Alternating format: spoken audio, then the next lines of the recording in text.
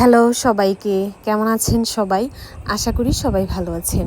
নতুন একটা ব্লগে আপনাদেরকে জানাই অনেক অনেক স্বাগত। এই ব্লগটা হচ্ছে আমার গত রবিবারের। তো এই কয়েকদিন আর এডিট করে আপলোড দেওয়া হয়েছে না। আজকে একটু সুযোগ হইলো, এখন হচ্ছে যে এডিট করতেছি, তারপর হচ্ছে যে আপলোড দিব। এই ভিডিওটা আমি শুরু করছিলাম বিকাল থেকে, রবিবার বিকাল থেকে আর কি। বিকালবেলা হচ্ছে যে এখন আমি আগে ডালটা রান্না করতেছি, বুটের ডালটা হচ্ছে সিদ্ধ করার পর আমি হচ্ছে যে এখন সম্ভারটা দিব। আর আমি যে এই ডালটা রান্না করছি এটার একটা আমি আলাদা ভিডিও দিছি, আপনারা হয়তো বা দেখছেন। কে কে দেখছেন কমেন্ট করে জানাবেন। তো আমি ওই ডালটা হচ্ছে প্রথমে সিদ্ধ করে নিয়েছি, তারপর হলুদের গুঁড়া, জিরার গুঁড়া দিছি, কাঁচামরিচ দিছি, আদা থেতো করে দিছি, লবণ দিছি, দেওয়ার পর আর কিছুক্ষণ জাল করছি। তারপর হচ্ছে যে নামায়া এখন হচ্ছে সম্ভারটা দিলাম। সম্ভারে হচ্ছে জিরা, শুকনো মরিচ, তেজপাতা, পেঁয়াজ কুচি এইগুলা দিছি। এখন আমি কড়াইয়ে সম্ভার দিতে পারি। আগে হচ্ছে ভয় পাইতাম আর কি, কড়াইয়ে দেওয়া মানে বোল থেকে ঢালাটা, এটা ভয় পাইতাম। আপনারা অনেকেই কমেন্ট করে বলতেন যে সুমিত্রা তুমি যে কড়াইয়ে ডালটা রান্না করো এই কড়াইয়ে সম্ভারটা দিবা, সম্ভারটা দেওয়ার পরে এই কড়াইয়ে ডালটা মিশাবা। ফ্রাই প্যান থেকে সম্ভারটা কড়াইয়ে যে ডালটা রান্না করো ওইখানে মিশায় না, তাহলে ডালের স্বাদ আসে না। এটা আমিও জানতাম যে যে কড়াইয়ে রান্না করা হয় ওই কড়াইয়ে যদি সম্ভারটা দেওয়া যায় তাহলে হচ্ছে ডালটা বেশি মজা হয়, কিন্তু আমি না একটু ভয় পেতাম। কিন্তু এখন আমি অনেক দিন যাবতই এইভাবে করি, এখন আর আমার ভয় লাগে না, এখন অভ্যাস হয়ে গেছে আর কি। তো অনেকে আবার এটা বলতে পারেন যে ভয় পাওয়ার কী আছে। আসলে আমি তো আমার অভ্যস্ত ছিলাম না আর কি, অভ্যস্ত ছিলাম আর একটা থেকে সম্ভার দেওয়া মিশানোর। এখন অভ্যাস হয়ে গেছে। মানুষ সংসার করতে করতে সব কিছু শিখে যায়, ভয়ও দূর হয়। তা আমি ডাল রান্না করছি, তারপর হচ্ছে ওর জন্য কাঁঠালের রস করছি, তারপর ও আসার পর নুডলস করলাম। এখন হচ্ছে যে মাছ রান্না করব, মাছ ভাজতেছি। আমি যে ওর জন্য কাঁঠালের রস করছি এইটারও একটা আলাদা ভিডিও দিছিলাম। ওইখানে আপনারা অনেকেই বলছিলেন যে চালনিতে কাঁঠালের রসটা যদি করতাম তাহলে আমার জন্য সহজ হতো। হ্যাঁ, আমার ঘরে একটা চালনি ছিল, এটাতে আমি করতে পারতাম, কিন্তু আমি চাইছিলাম যে নিজের হাতেই করতে আর কি। ব্লেন্ডারও ছিল, আমি ব্লেন্ডারও ব্লেন্ড করতে পারতাম, কিন্তু আমি আসলে ওরে নিজের হাতে আর কি, এটা হাত একদম আমার হাতেই করে খাওয়াতে চাইছি, যার জন্য আমি কোনো কিছু ব্যবহার করি নাই। তো আমার অনেকটাই টাইম লাগছে এটা করতে, কাঁঠালের রসটা করতে হাত একদম ব্যথা করতেছিল, আমার অনেকটাই টাইম লাগছে। তাও আমার ভালো লাগছে যে আমি ওকে নিজের হাতে করে খাওয়াইছি, এটাই আর কি আমার ভালো লাগা।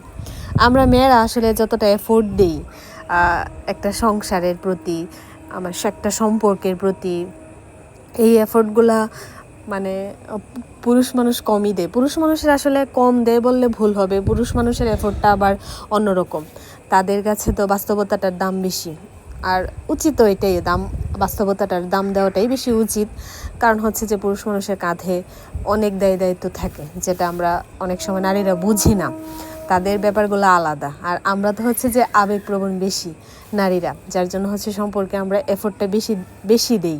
সম্পর্ক হোক, সংসার হোক, যাই হোক, আমরা যে এফোর্টগুলো দেই এগুলা পুরুষ মানুষ আবার দিতে পারবে না। আবার পুরুষ মানুষ যে এফোর্টগুলো দেয় এগুলা হয়তো বা আমরা পারবো না, হয়তো বা কি, যত যাই বলি না কেন, কেউ খারাপভাবে নিয়েন না, বা আমার সাথে আদৌ আপনারা কেউ একমত হবেন কি না যে একটা নারী পুরুষের সম অধিকার ইটস অ্যাবসলিউটলি ওকে, কিন্তু সম অধিকার, নারী পুরুষের সমান সমান, পুরুষ যা পারে নারীও তা পারে, এটা এই যে পারাটার ক্ষেত্রে আমি আবার একমত না। কেন জানেন? আমি হয়তো বা আপনারা বলবেন যে তুমি গুড়া টাইপের মেয়ে, আগের যুগের মেয়ে, আপনারা হয়তো বা আমাকে বলতে পারেন, কিন্তু বিশ্বাস করেন এই পারাটার ক্ষেত্রে আমি এখনও অনেক পিছায়া। আমার কাছে মনে হয় যে কখনোই একটা পুরুষ যা যা করতে পারে আমরা একটা মেয়ে হয়ে তা কখনোই করতে পারবো না, কখনোই না। একটা পুরুষের কাঁধে অনেক দায়িত্ব থাকে। এখন অনেকে বলবেন একটা নারীর কাঁধে কি থাকে না? হ্যাঁ থাকে, কিন্তু একটা পুরুষকে না একটা পরিবার মেনটেন করতে হয়। বিয়ের পর কিন্তু একটা মেয়ের পরিবার মেনটেন করতে হয় না, তার মা বাবা ভাই না করলেও চলে, বা হয়তো বা কোনো না কোনোভাবে চলে যায়, সে চাইলেও অনেক সময় করতে পারে না। আবার অনেকেই আছে যে করতে পারে, কিন্তু একটা পুরুষের ব্যাপার স্যাপার আলাদা, তার সন্তান, তার স্ত্রী, তার মা বাবা, আর যদি জয়েন্ট ফ্যামিলি হয় তাহলে তো আর কথাই নেই, তাহলে তো অনেক দায়িত্ব থাকে, অনেক কিছু করতে হয়, অনেক কিছু, যেগুলো হচ্ছে যে আলাদা ব্যাপার স্যাপার। যাই হোক, অবশ্যই সেক্ষেত্রে অনেক নারীরাও সহযোগিতা করে, ইভেন আমিও করি। সেটা হচ্ছে যে ফাইন্যান্সিয়ালিও করি, মেন্টালিও করি, কিন্তু তা সত্ত্বেও একটা পুরুষের মতো আমরা নারীরা কখনো হতে পারবো না। আমি পারবো না, অ্যাটলিস্ট আমি নারীরা না বলি, আমি আমার কথাই বলি, আমি পারবো না। তো কাজেই আমার কাছে মনে হয় যে যার দিক থেকে যার যে দায়িত্বটা আবেগটা মানে এক এক রকম, এক একজনের আবেগটা এক এক রকম, এক একজনের প্রকাশভঙ্গির এক এক রকম। মানে কি এটা তুলনা করলে আসলে ভুল হবে আর কি। পুরুষেরটাই একরকম, একটা নারীরটাই একরকম, দুজনেই দুজনের জন্য এফোর্ট দেয়। আমরা হয়তো বা এক্সপেক্ট করি যে আমি যেভাবে করতেছি সেও আমার জন্য এইভাবে করবে। আসলে সবসময় এত এক্সপেকটেশন রাখাটাও ঠিক না, এবং অবশ্যই পুরুষের করা উচিত, তার নারী যেভাবে চাইতেছে এইভাবে তার জন্য করা উচিত।